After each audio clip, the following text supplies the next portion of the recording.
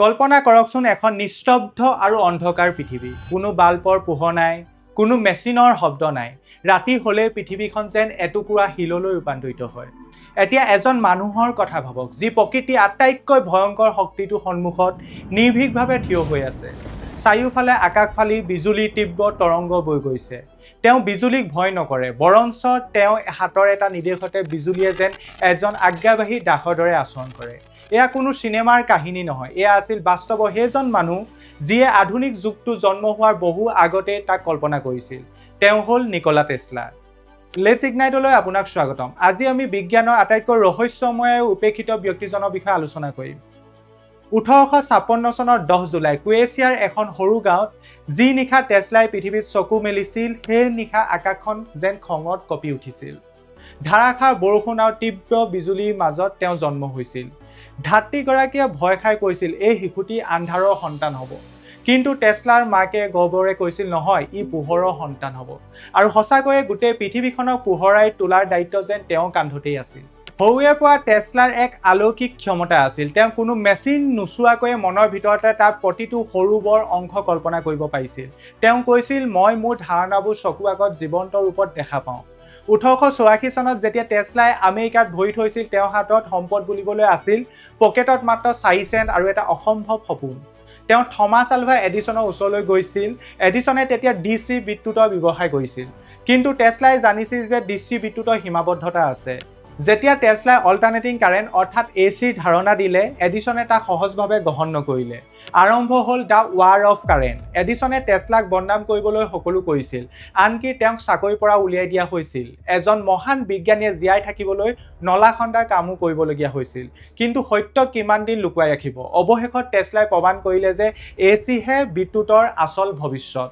Tesla কেৱল এজন বিজ্ঞানীয়ে নাছিল, তেওঁ আছিল এজন ভৱিষ্যত দ্ৰষ্টা। টেছলা আছিল তেওঁ সময়তকৈ বহু আগবঢ়া। আজিৰ পৰা 100 বছৰ আগতে তেওঁ এনে এক যন্ত্ৰৰ কল্পনা কৰিছিল, যিটো পকেটত ৰাখি আৰু যাৰ জৰিয়তে গোটেই বিশ্বৰ সৈতে সংযোগ স্থাপন কৰিব পাৰি। হয়, তেওঁ আপোনাৰ স্মাৰ্টফোনটোৰ ভৱিষ্যতবাণী কৰিছিল। তেওঁ আটাইতকৈ ডাঙৰ সপোন আছিল ৱায়াৰলেছ পাৱাৰ। তেওঁ বিচাৰিছিল গোটেই পৃথিৱীখনে যাতে কোনো তাঁৰ নোহোৱাকৈ বিনামূলীয়াকৈ বিদ্যুৎ লাভ কৰে। তেওঁ নিৰ্মাণ কৰা টেছলা কইলৰ জৰিয়তে তেওঁ প্ৰমাণ কৰিছিল যে বিদ্যুৎ বতাহৰ মাজেও বৈ যাব পাৰে। সেই বিখ্যাত যন্ত্ৰটোৰ মাজত থিয় হৈ থকা টেছলাক দেখিলে এনে লাগিছিল যে তেওঁ নিজে এটা পোহৰৰ উৎস। টেছলাৰ জীৱনটো কেৱল আৱিষ্কাৰেই নহয়, অদ্ভুত কিছুমান অভ্যাসেৰে ভৰা আছিল। তেওঁ 3 সংখ্যাটোৰ প্ৰতি ইমানেই আসক্ত আছিল যে তেওঁ কোনো বিল্ডিঙত সোমাবৰ আগতে তাৰ চাৰিওফালে 3 বাৰ ঘূৰিছিল। হোটেলত থাকিলে 3ৰে হৰণ কৰিব পৰা নম্বৰৰ কোঠাতহে থাকিছিল। আৰু খোৱাৰ আগতে তেওঁ টেবুলখন 18খন ৰুমাল, যি 3ৰ গুণিতক, দি পৰিষ্কাৰ কৰিছিল। এই 3, 6 আৰু 9 সংখ্যাৰ মাজত বিশ্বব্ৰহ্মাণ্ডৰ কোনো গোপন ৰহস্য লুকুৱাই থোৱা আছে বুলি টেছলাই বিশ্বাস কৰিছিল। টেছলাৰ মগজুটো আছিল এটা কম্পিউটাৰৰ দৰে। তেওঁ আইডেটিক মেমৰি আছিল, যাৰ সহায়ত তেওঁ যিকোনো কিতাপ বা ছবি এবাৰ চালেই তাক হুবহু মনত ৰাখিব পাৰিছিল। আটাইতকৈ আচৰিত কথাটো হ'ল তেওঁ একেলগে 8টা ভাষা মনত ৰাখিছিল: চাৰ্বো ক্ৰোয়েছিয়ান, ইংৰাজী, ফৰাচী, জাৰ্মান, ইটালিয়ান, হাংগুৰিয়ান, লেটিন আৰু চেক। এই ভাষা জ্ঞানে তেওঁক বিশ্বৰ বিভিন্ন দেশৰ বিজ্ঞানৰ কিতাপ পঢ়াত সহায় কৰিছিল। টেছলাৰ আটাইতকৈ উচ্চাভিলাষী প্ৰজেক্ট আছিল ৱাইডেনক্লিফ টাৱাৰ। তেওঁৰ লক্ষ্য আছিল পৃথিৱীৰ আয়নস্ফিয়াৰ ব্যৱহাৰ কৰি বিশ্বলৈ অনাতা শক্তি বা ৱায়াৰলেছ ইলেক্ট্ৰিচিটি পঠিওৱা। তেওঁ বিচাৰিছিল যে এজন দৰিদ্ৰ মানুহেও যাতে মাটিত কেৱল এটা এণ্টেনা পুতি বিনামূলীয়াকৈ বিদ্যুৎ লাভ কৰিব পাৰে। কিন্তু বিনিয়োগকাৰীসকলে যেতিয়া বুজি পালে যে বিনামূলীয়াকৈ বিদ্যুতৰ পৰা লাভ নহ'ব, তেতিয়া তেওঁলোকে আৰ্থিক সহায় বন্ধ কৰি দিলে আৰু টেছলাৰ এই সপোন অসম্পূৰ্ণ হৈ ৰ'ল। জীৱনৰ শেষৰ ফালে টেছলাই টেলিফ'ৰ্চ নামৰ এক শক্তিশালী অস্ত্ৰৰ ধাৰণা দিছিল, যাক সংবাদ মাধ্যমে ডেথ ৰে বুলি নাম দিছিল। তেওঁ কৈছিল যে এই ৰশ্মিয়ে শত্ৰুপক্ষৰ হাজাৰ হাজাৰ বিমান মুহূৰ্ততে ধ্বংস কৰিব পাৰিব, যাতে যুদ্ধই নোহোৱা হৈ যায়।